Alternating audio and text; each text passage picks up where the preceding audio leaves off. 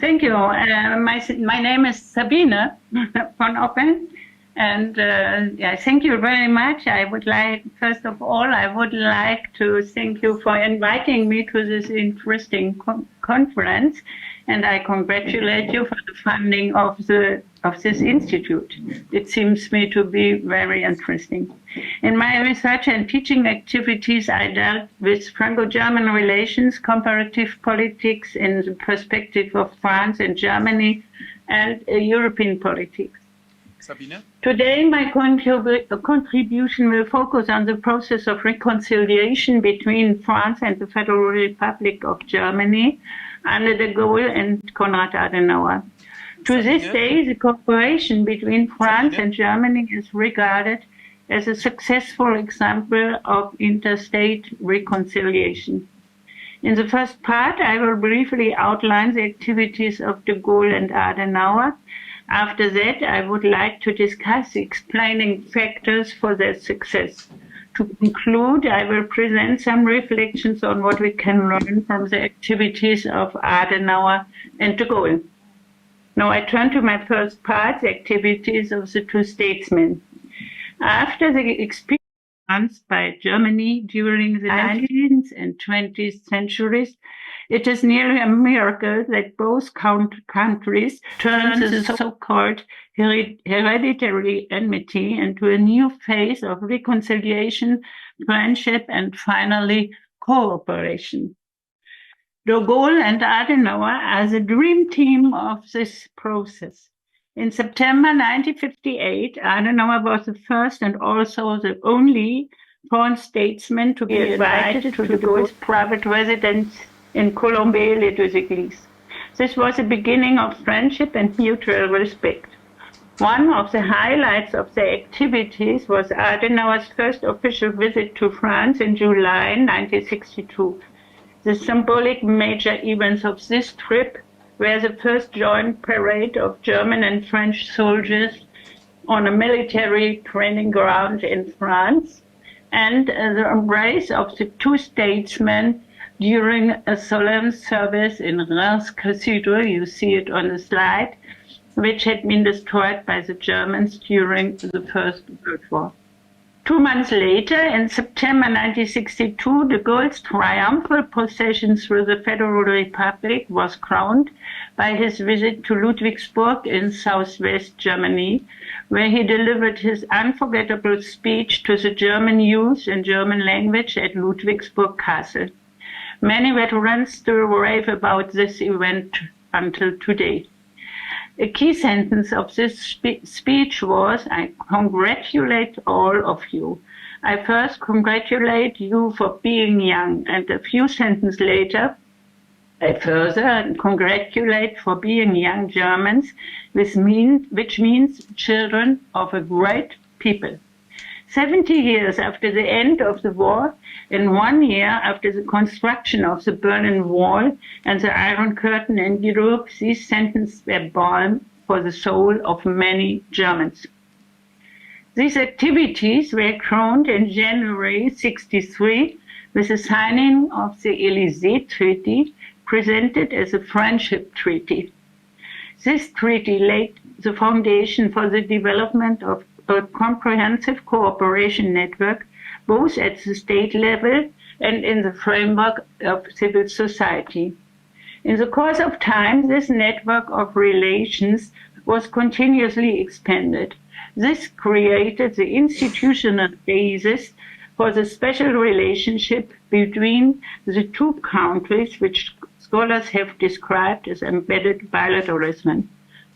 The several elements of this embedded bilateralism you can also see on the slide. In addition, the treaty set up the basis for intensive cultural exchanges between the two societies. The most important institution was the Franco-German Youth Office, which has until those days enabled more than 9 million people, especially young people, to which has until those days enabled more than 9 million people, especially young people, to participate in over 382,000 exchange programs since its founding in 1963 until today. The activities of the Youth Office were complemented by the institutionalization of student exchanges and by the creation of bilateral study programs. Last but not least, a large number of town twinnings and partnerships between French departments and regions with German districts and local states contribute to the development of civic ties. Beyond the institutionalization of regular intergovernmental consultation and the widely developed economic ties, the comprehensive relations between the two societies represent a firm and viable basis for Franco-German bilateralism, even in times of crisis and political misunderstanding. The Élysée Treaty was finally supplemented by the Aachen Treaty in 2019 at the suggestion of the current French President Emmanuel Macron. In addition to the intergovernmental consultation mechanisms, the Aachen Treaty has created a framework for further deepening cooperation at the European and regional levels as well as between the civil societies. However, recent studies indicate that the treaty not only has numerous gaps, but also that the opportunities it offers to deepen Franco-German cooperation have not yet been utilized. It is rightly pointed out that a treaty under international law can only provide the framework conditions for successful cooperation, but that it is ultimately the political actors who have to bring the treaties to life. Now I pass for the second part of my presentation, the factors of success. In search of factors explaining the success of reconciliation under de Gaulle and Adenauer, first and foremost, the international framework conditions and the interest of the both statesmen must be mentioned. After World War II, the struggle for zones of influence, the formation of blocs, and the fear of the Soviet Union increased the pressure for cooperation among Western European states, which was unthinkable without a reconciliation between Germany and France. Conversely, European cooperation provided a framework for resolving bilateral conflicts, which was particularly evident in the 50s in the resolution of the disputes over the Saarland, as well as the conflicts over coal mining and steel production. From this time until today, Franco-German cooperation and the success of European integration are mutually dependent. Moreover, the division of Germany in the context of the bloc formation made it easier for the French side to overcome its fears of the larger weight of a German unitary state in the center of Europe, to take the path of cooperation and control of Germany in the context of the West European unification, and last but not least, to realize the French claim for leading a role in European politics. Adenauer and de Gaulle acted at the beginning of the 60s under the impression of the renewed escalation of the East-West conflict with the Berlin crisis, initiated by the Khrushchev Ultimatum in 1958, the construction of the Berlin Wall 1961, and the Cuban Missile Crisis 1962. The three scenarios intensified once again, but at the same time initiated a turning point in the relationship between the superpowers with the recognition of the zones of influence and the introduction of the policy of détente. In addition, the change in US nuclear strategy from a strategy of massive retaliation to a strategy of flexible response, the US insistence on an increased contribution from Western Europe to the defense of the West, and the dispute over the establishment of a multilateral nuclear force, the MLS, demanded by the US, provoked recurring concerns about US disengagement in Europe and disputes over the role of Western European countries in NATO. In view of these challenges, the dispute between the advocates of close transatlantic ties on the one hand and the defenders of close cooperation with France on the other hand came to a peak in the Federal Republic. In the meantime, de Gaulle argued in favor of an independent role for continental Europe. Over Britain's accession to the EEC became the crystallization point of this conflict. The Élysée Treaty was preceded by France's ultimately failed initiative to create a European political union, the famous Fouché plans. The failure of this project is attributed to the partner countries' criticism of the intergovernmental orientation of the proposal and the lack of inclusion of Great Britain. In this perspective, the Élysée Treaty can be seen as de Gaulle's attempt to transfer the failed project of a European Union of states to the Franco-German level. However, in de Gaulle's view, the importance of the treaty was dramatically relativized when during the ratification of the treaty, the German Bundestag added the famous preamble emphasizing the great importance of transatlantic ties.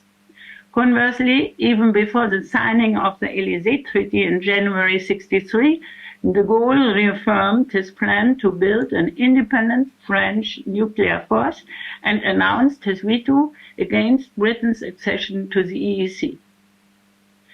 Despite the many conflicts of interest, particularly with regard to the role and shape of European and transatlantic cooperation, de Gaulle and Adenauer recognized common or at least complementary interests. De Gaulle, who right after the Second World War was strongly opposed to the Franco-German understanding and the beginning of European integration, no longer questioned the progress of European integration after his return to power as president of the Fifth French Republic, founded in 1958. Then he was much more interested in shaping the European community according to his own ideas. For his efforts to assume a political leadership role in the European community, the economically strengthened Federal Republic, which had a political status minus due to the limited sovereignty of the post-war statute, was a welcome partner. The balancing of interests between the political leadership role of France and the economic leadership role of the Federal Republic, which often has been paraphrased with the bon mot nuclear bomb versus German Mark, was a fundamental element of Franco-German cooperation until the end of the post-war order. For Adenauer, de Gaulle became the central partner in implementing the policy of westward bound that he had already pursued since the beginning of his chancellorship. As a Catholic who had grown up in the Rhineland, Adenauer had a pronounced Francophile attitude. Already in March 1950, he mentioned the idea of a political and economic union between the two countries. For Adenauer, the reconciliation and cooperation with France was a central prerequisite for the reconstruction of Western Europe and the integration of the Federal Republic in the Western Bloc. Shortly before the end of his term of office, also in 1963, Adenauer wanted to secure the close relationship with France against the increasing domestic opposition from the advocates of a close transatlantic bond by concluding the Élysée Treaty. However, this project could not succeed without anchoring the reconciliation process in civil society. This brings me to the socio-cultural context. First and foremost, after the shock of the two world wars, the longing for peace and reconciliation was widespread in the European countries and increasingly linked to the confrontation with history, the acknowledgement of guilt, and the willingness to overcome hostilities. Furthermore, the activities of de Gaulle and Adenauer had been preceded by diverse efforts towards reconciliation and cooperation between the two countries, not only at a political level, but also in civil society. In the French occupation zone in the southwest of Germany, numerous civil society forces were active already in the late 40s and 50s, working for reconciliation and exchange between French and Germans, for deepening knowledge and understanding of the cultural, social, economic, and political developments of the other country, for learning the language of the neighboring country, and for meeting of children and young people. Many of them have been involved in efforts to foster bilateral understanding and cooperation and at various levels later in their lives. Now I will come to the charisma. Finally, the charisma, assertiveness, and impact of the leaders of that area should be noted. Adenauer and de Gaulle established a cult of Franco-German political couples whose joint work is always carefully observed and analyzed. However, not all of them are equally closely connected and successful. Adenauer and de Gaulle benefited from the great recognition they enjoyed among large parts of the population, despite domestic political opposition. De Gaulle, who played an important role in the French resistance during the Second World War and in the Algerian crisis, enjoyed great recognition as a liberator and savior of France. As president of the Fifth Republic, which was founded according to his ideas, he also had far-reaching scope for action, particularly in foreign policy. In addition, de Gaulle used the state-controlled media of the time as an important instrument for exercising power. Adenauer, the former Lord Mayor of Cologne, who was once again entrusted with this role by the Americans in 1945 and was elected the first Chancellor of the newly founded Federal Republic of Germany in 1949, left his mark on the early Federal Republic like no other politician, according to historians. He enjoyed a high level of recognition among the population, and his policy of reconciliation with France met great approval. Finally, Adenauer also had relatively broad scope of action due to his leadership of the Federal German Foreign Ministry between 1951 and 1955, and on the basis of the German Chancellor's authority to issue directives, which was laid down in the Constitution and which he was happy to use. To conclude, it can be said that Adenauer and de Gaulle, two statesmen committed to political realism, recognized the signs of the times in face of the emerging turning point in the conflict between the superpowers at the beginning of the 1960s. They took a leading role and dynamically advanced the already initiated process of reconciliation and cooperation. They established a symbolism of reconciliation and friendship that is still used politically today.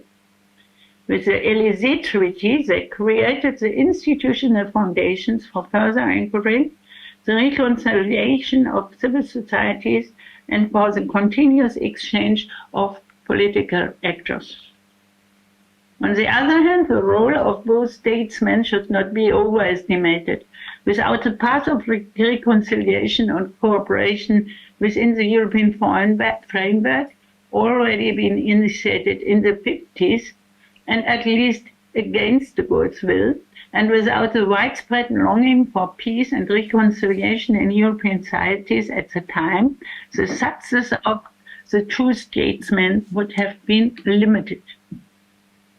Finally, it should be borne in mind that it was very specific conditions that made Franco-German reconciliation possible, and that to this day, especially after the end of the post-war order and the enlargement of the European Union, much effort is required to maintain the balance of interests and the special relationship between the two countries. The various elements of Franco-German cooperation can perhaps provide some inspiration for bilateral cooperation between other countries, but they cannot be directly transferred. The historical backgrounds and causes of conflict, as well as the political, socio-economic, and socio-cultural framework conditions for cooperation between the various conflict parties worldwide, are too different. Nevertheless, some determining factors for successful leadership in the process of interstate reconciliation can carefully be derived from the activities of de Gaulle and Adenauer. The first prerequisite is the identification of a common or at least complementary interests in the context of the political framework and conflict situations. Secondly, leadership in interstate reconciliation can only succeed if it is anchored in the collective consciousness. Coming to terms with history, recognizing guilt, willingness to reconcile, and an interest in an open-minded exchange with a former enemy are key prerequisites of understanding.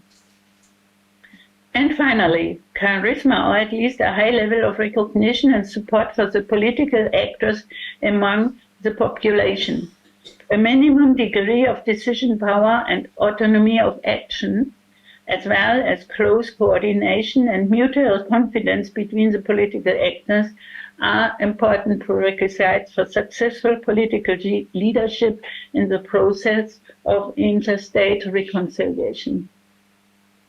It remains to be seen whether these requirements can be met in the diversity of current international and regional conflict situations in a disintegrating international order and under the complex conditions of political action in modern societies, which are increasingly torn apart by particular interests and in which the structures of and processes of political opinion forming are becoming more and more opaque with the diversity, mass, and uncontrollability of communication tools.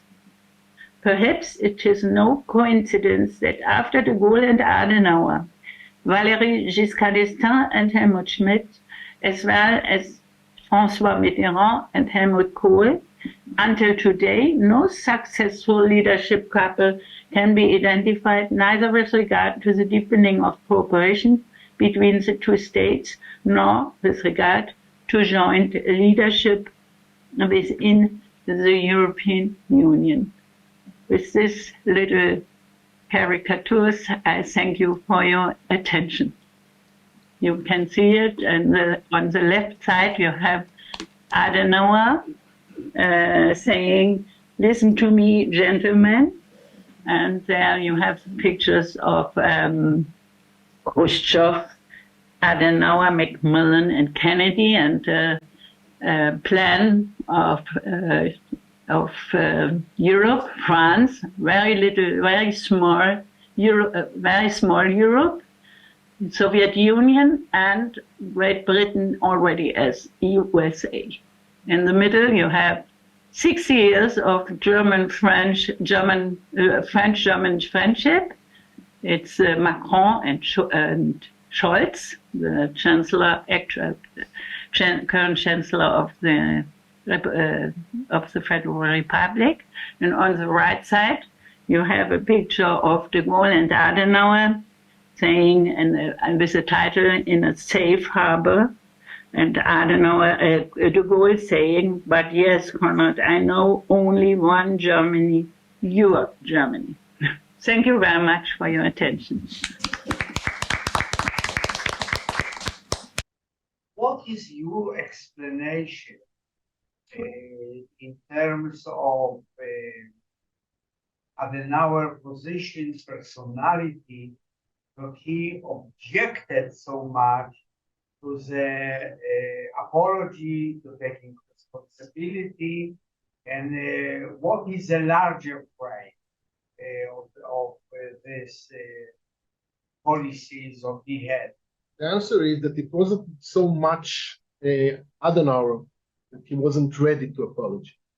But he spoke in the name of the Germans, and he knew that the Germans are so much against it. You know that when the opinion polls in Germany after the reparation agreements showed that most of the Germans in West Germany were against paying the Jews money. And they were dealing with their own sufferings, what the Allies did to us and what the Soviets did to us. So he knew that the public opinion is very much against.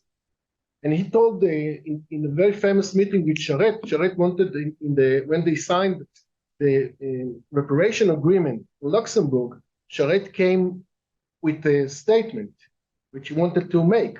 And after Adenauer read it, he said, "We are not going to say we're not going to tell it because this is something that I can hear, but the German won't be able to hear it. They don't want to hear it."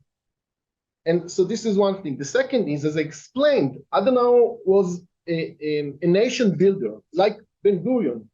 He wanted to integrate all parts of the German society. And there were a lot of Nazis. And many of the Germans supported Hitler. Most of the Germans supported, it was a myth. Most of the Germans supported Hitler. But he wanted, to build a nation. So he knew that he need all those Germans who supported Hitler, and they want now to give that it will be a beginning, a new beginning. So Stunde Null, what they call it. Now it's a new beginning in Germany. So let us forget. So on the one hand, he was ready to pay and support Israel, but the condition was for Israel, let us forget the past.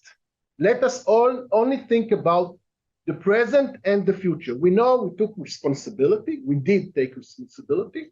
We didn't deny the Holocaust, and this is the beginning. But let us concentrate on the present and the future. And in this, he found an ally, Ben-Gurion, who also was a very constructive a leader who thought about the present. He said, Ben-Gurion said, I'm not dealing with the past.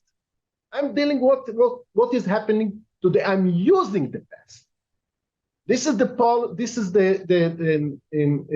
policy of using the past from our benefit, for the benefit of the state of Israel.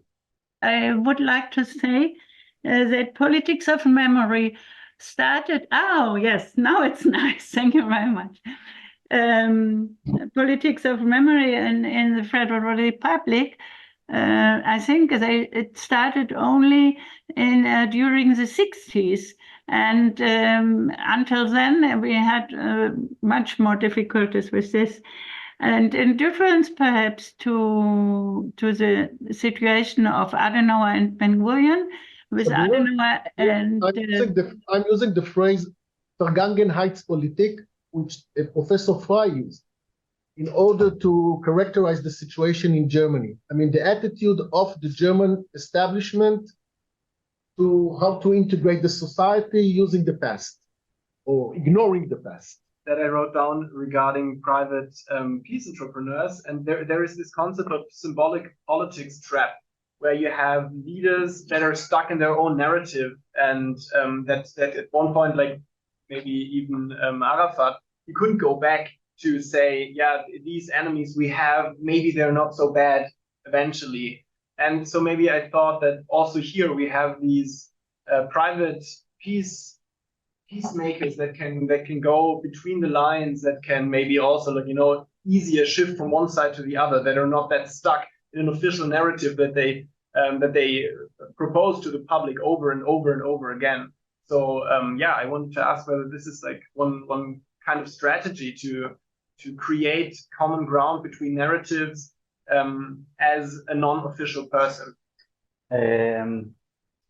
I think when we are talking about the official leaders comparing to the private actors, the official leaders, of course, have the public opinion. We are talking about the two-level game. They always need to think about their own public opinion, their own political incentive and consideration. And we know that in many cases, leaders have political incentive not to do this kind of things. We talked about public opposition to different processes, We have a leader that was murdered not far away from here because peacemaking process. We know there are a lot of political incentive not to do that. So what these private actors can do is actually to try to bridge between the current situation that you still have the enemy image, the ethos of conflict, and all of this public perception until there will be a political rightness, and to try to work in between and to try to go to the leaders and to say, this is the reports that I received from the other side, that it's actually, there are changes there.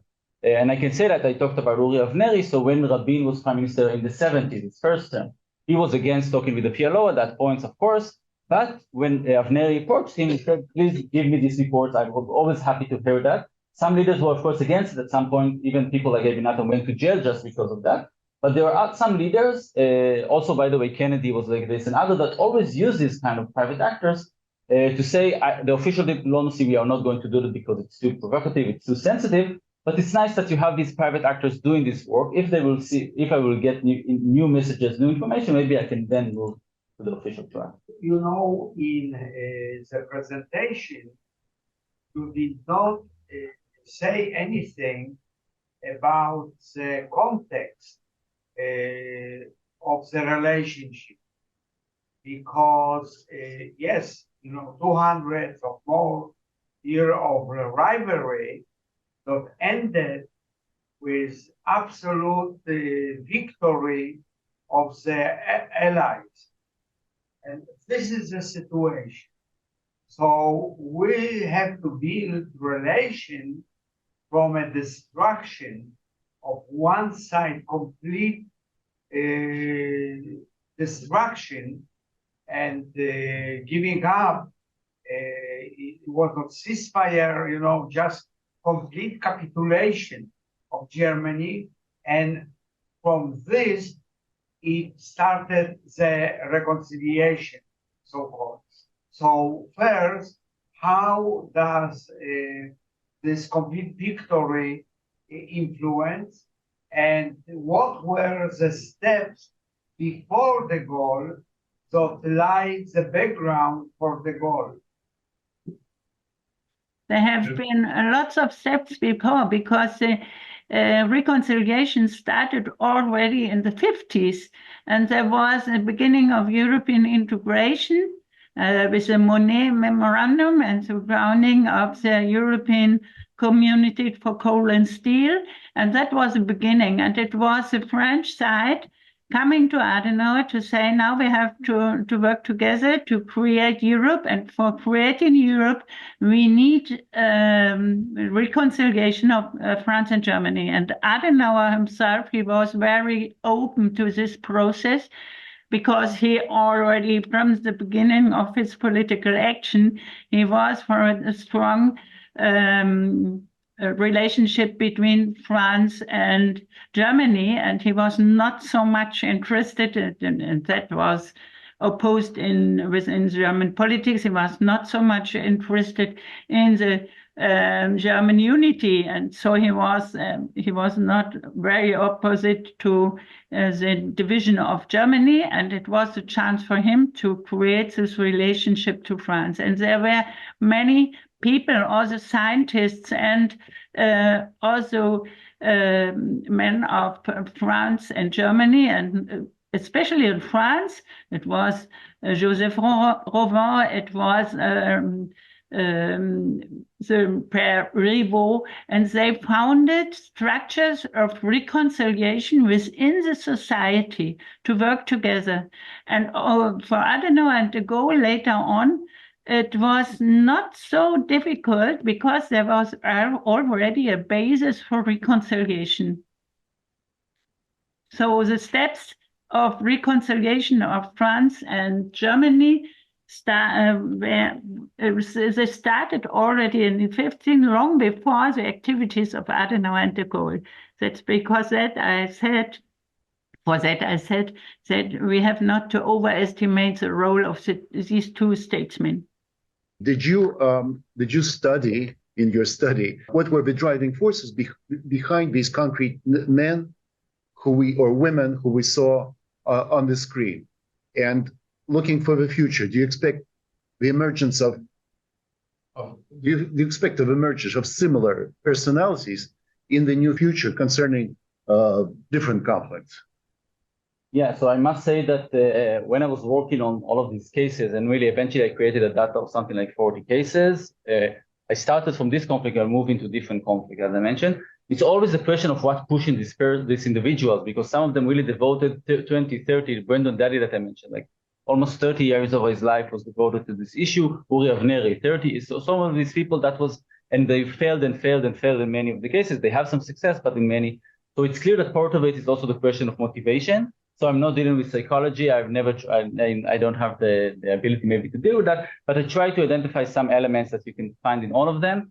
I found, first of all, the question of optimism was really, really strong in all of them. You can see that even in the worst situation and conflict and war, there was still truly believe that first, that it can be changed, that conflict can be resolved, and second, that they can help, that they can contribute. Most of the people that think living in conflict think that this is like earthquake, this nothing we can do.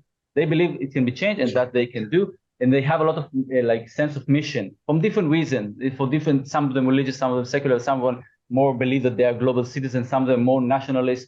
But all of them have this sense of mission that they need to do it, and they also have they don't have trust in the official establishment. They don't believe that their governments can do that, or they don't want, or they can. And also they have a different relation with the other side, mainly from young age. I found that in most of the cases, since from being young, they already met the other side, so they don't have the enemy image and what we call the perception of the other side. Brendan Daddy was from a mixed neighborhood, for example. Uri Avner was working with Arabs already. He was starting very young. So all of these people have already a different perception from these people. What? Independent work. Yeah, and they're also very individual, by the way. It's also very work with them. It's a very people that are. They want to do it. They believe that they have the wall. It's also something that it will be difficult for others to work with them. Do we have any records how they dealt with the situation? What did they say? Did any of these people write books or recollected? What did they say when they had the other party in front of them? I mean, their methods. Did they describe in any place their methods? What did they use? No. So I would just say that in general, there are different types. As I mentioned, using different strategies. Some of them are actually doing very public activities, like Uri Avner, everything to show. Also, Ibn Natan taking a plane and going to Egypt one day in the 60s.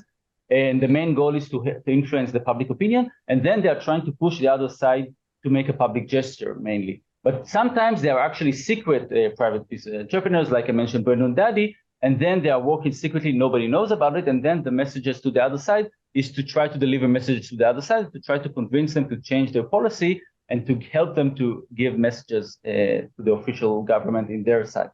I would just say that some of them, as I said, public, and then they also publish a lot of book about their activity, and some of them, many people, that's why I mentioned they're excluded from the history because we don't know. And also when I'm looking for archives, some of them, when I came to there, he said, I don't have an archive. Eventually, actually created an archive. You can find it today in Jerusalem, but they're not maybe aware that what they're doing also diplomacy. They're just doing what they think they should do.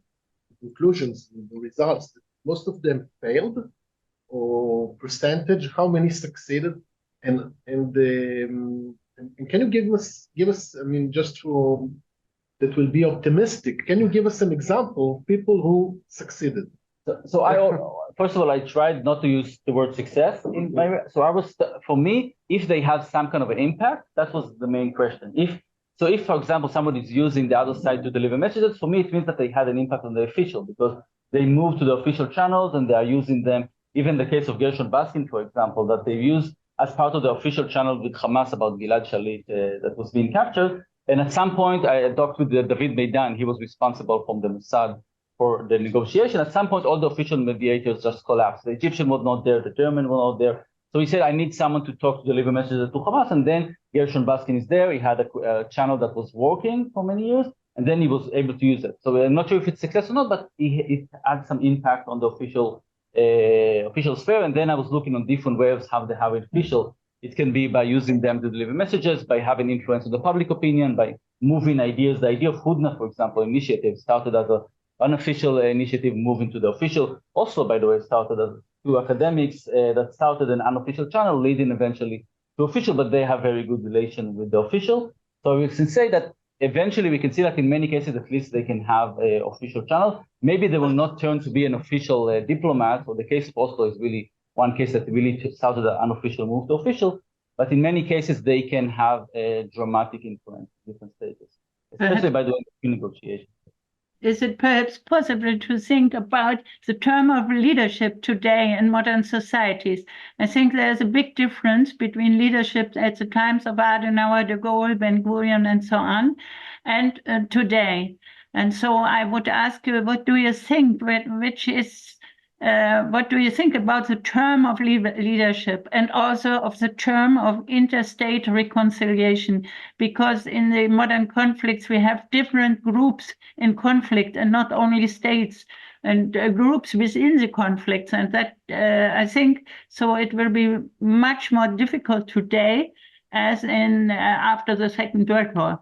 First of all, I think it's really a question of leadership. It's pity that we don't have now leaders like Ben Gurion. I can say it as an Israeli citizen. It's really pity. But also maybe we can think about the era. I mean, it was the post-war era. And the West was looking, I mean, there was this new conflict with the Soviet Union. They were the enemy now. And they were looking for how to unite the West. So, I mean, Adenauer and the Gaulle, Adenauer and also Adenauer and Ben Gurion, because Adenauer thought about Israel as a fortress of the West against the Soviet influence in the Middle East. So they have this, I mean, they have this need to go, I mean, to solve problems and to find way for reconciliation between themselves. I mean, they will be able to stand against the new enemy. So I think this is I think one of the main, or probably we should take it as a main motivation for the reconciliation. The need to reconcile, to build the new Europe, to build the new West against the East. You have motivation, but do you have, or do we have today, the leaders today have also the possibility? I think that will be the question, not only the motivation, because the scope of action of the leaders today is much more difficult. And for example, we have actually the current president, Emmanuel Macron in France. He is very engaged concerning Europe, European integration, European cooperation, and Franco-German relationship. And in his first legislature, he has done very much to reinforce the German-Franco cooperation. But it was very difficult for him, and in his second legislature, he has no more majority in his parliament, and it is much more difficult. And so we have structures in modern societies which have as consequence that the prerequisites for leadership is much more difficult.